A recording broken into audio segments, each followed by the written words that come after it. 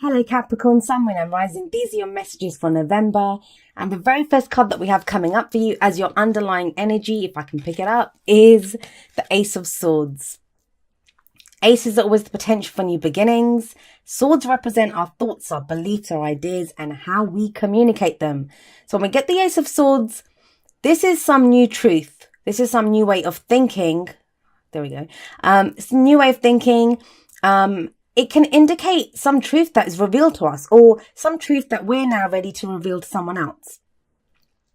It can be like when we have a new philosophy, a new belief, and we set forward, we begin a new cycle with that belief. It's a victory card, so it shows victory through clarity and the truth. Now, if you have this coming up as your underlying energy, it's about the truth. That's what November's about for you. It's about getting to the truth. You may have already done the hard work, and now it's about implementing that because you're starting out. It's the ace, right? It's the beginning of that. When we come up with a new idea, we have a new way of thinking. We have to convey that to other people. I always say this, and I say this, if you've had a personal reading from me, you've heard this plenty of times, I'm sure, but we always get into a dance. We have like a dance routine with each person that we interact with. Now, when we have a new belief, a new way of thinking about something, a new idea, what happens is we change the dance moves. So when you first kind of interact with someone else, they kind of are used to the old dance moves. So we bump into each other, we step on each other's toes. But this is, I feel, a month where you guys are going to be really expressing what your truth is. And it's good. It's victory through the truth. And there's other cards that back this up later on. But at the heart of your reading, we have the Knight of Wands. So knights always represent progress and movement. And the Knight of Wands, he's the adventurer. He's the one, he has lots of passion, lots of creativity. He's very excitable, very enthusiastic, and he's always off on a new adventure. So this is coming up at the heart of your reading. At a very kind of mundane level, some of you may, with this new truth, this new way of thinking, decide to go on a new adventure, a literal adventure. Some of you may be traveling. That's what the Knight of Wands does. He is the explorer. He is the traveler. So there may be some new place, part of the world, new in your career, in a relationship, something new that you want to explore now, a new adventure that you want to go on. The thing with the Knight of Wands is wands are fire energy. So that can be an Aries, a Leo, or a Sagittarius. You may be interacting with someone who takes on the qualities of the fire signs. So somebody may have come in who's showing you a new way of doing things, that maybe they're the ones that have created this new way of thinking. They may have some truth. The Knight of Wands is very fast moving, comes crashing in from nowhere. It's not the Knight of Swords. Usually the Knight of Swords is the one that's more about the truth. This is someone who, just with their passion, their energy, has shown you a new way of being. So there could be that. It could also mean that, you know, this is someone that you're now seeing the truth about. The thing with the Knight of Wands is he can seem to be a little bit unreliable because he's always off having fun, right? He's always off looking for the next adventure.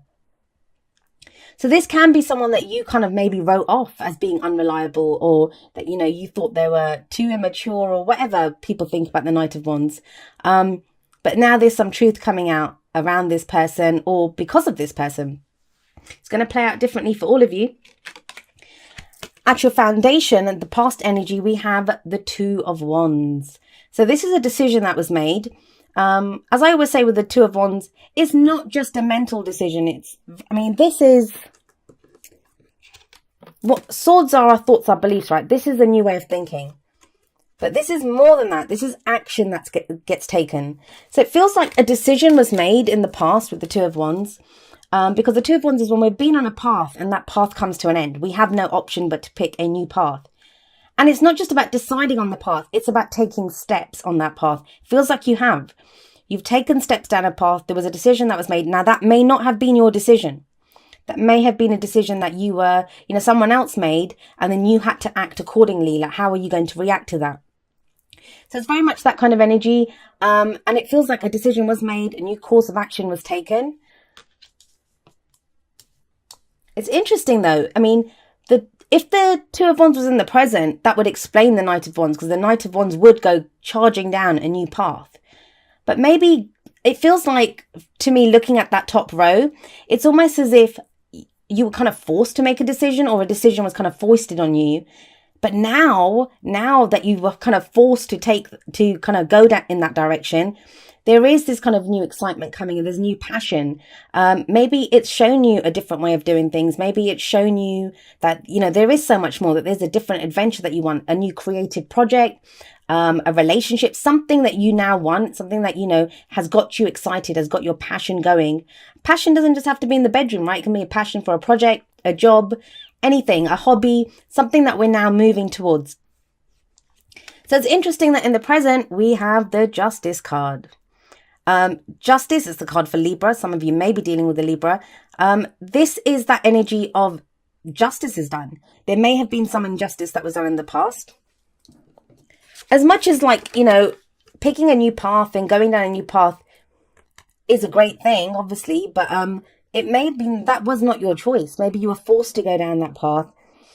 Some of you may have had to make a decision for legal action, or, to try to balance the scales, because that's what justice is all about, balancing the scales. It can be balancing the karmic scales. This can be when karmic debt is paid off. It's also about amends being made with the Justice card. So if we've done wrong by someone else, we have to make amends. Or if they've done wrong to us, they have to make amends. This can be when apologies come in. But it's kind of like the Ace of Swords doubled up with this Justice card. Because if you look at her, she has her sword here. And that's justice is done through the truth, right?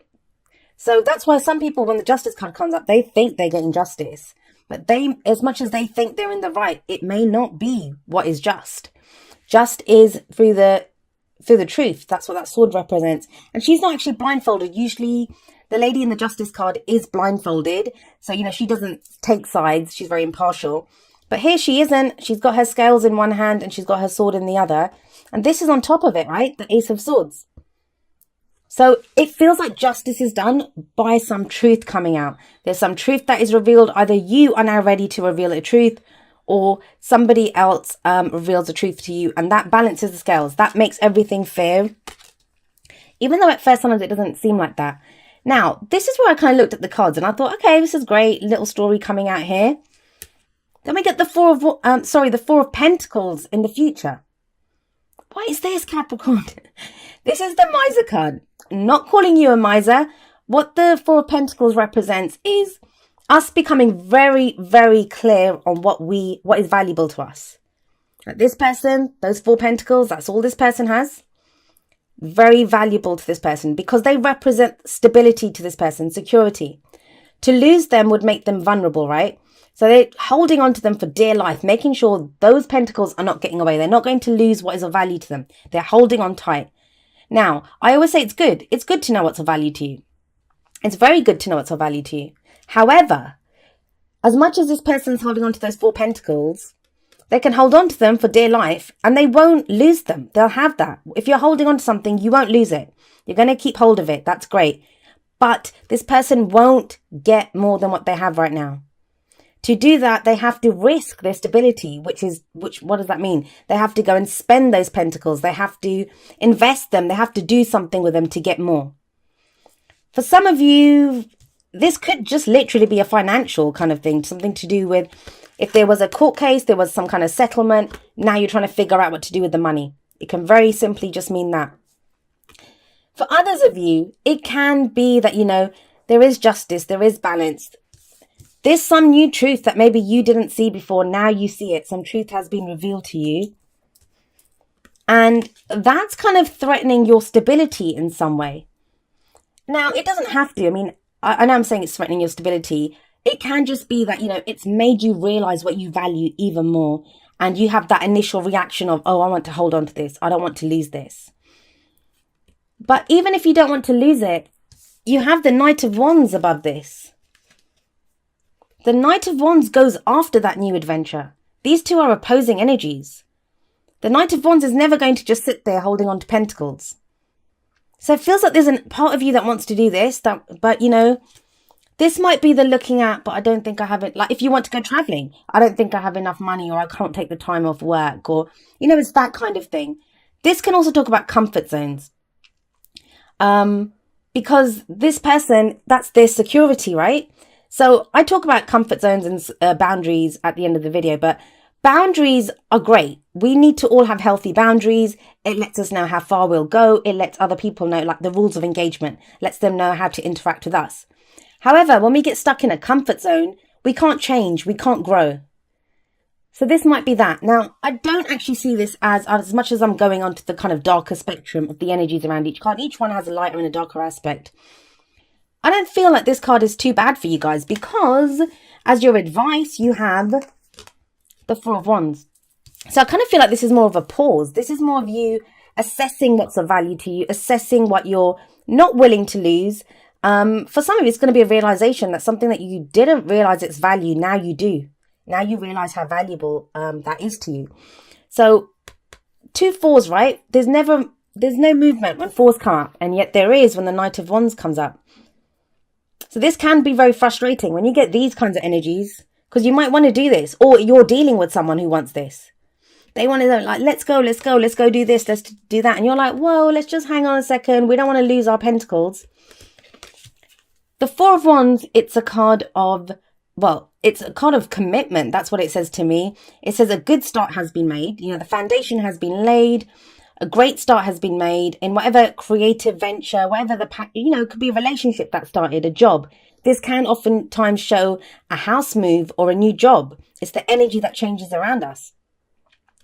But when it comes up like this, it's especially with the Four of Pentacles before it, it's almost like, yes, you might be holding on to this, but this could be a commitment, like a deeper commitment. I always see a greater commitment in the Four of Wands, where we decide that, yes, this is what I want. And you know the value now because you have the Four of Pentacles. This is what I want. This is what I'm going to hold on to. So this can be if you've just been dating someone, you now decide to move in together or get engaged. Or, like I said, you get a bigger house or you get a better job. Like, it's that commitment to something bigger. It's also a celebration card. Some of you maybe, like, think about it. Look at that bottom row. You've made a decision. You won the legal case. You got a settlement and you're celebrating. So, it can be that, very simply put. But in a relationship, this can be some new truth that you find out about someone. With that Knight of Wands there, it kind of feels like you may have written them off as being a little immature or being too fast moving, or you weren't too sure about them. Looks like some truth came out. There is this initial kind of, I don't know if this is like what I want. But Four of Wands is a great energy. It's a very great energy. It is a card of celebration. So there is something to celebrate here. And think back, the celebration or whatever it is, it goes back to this place. It goes back to that crossroad. It's going to show you that the path that you took was the right path. It was the right path.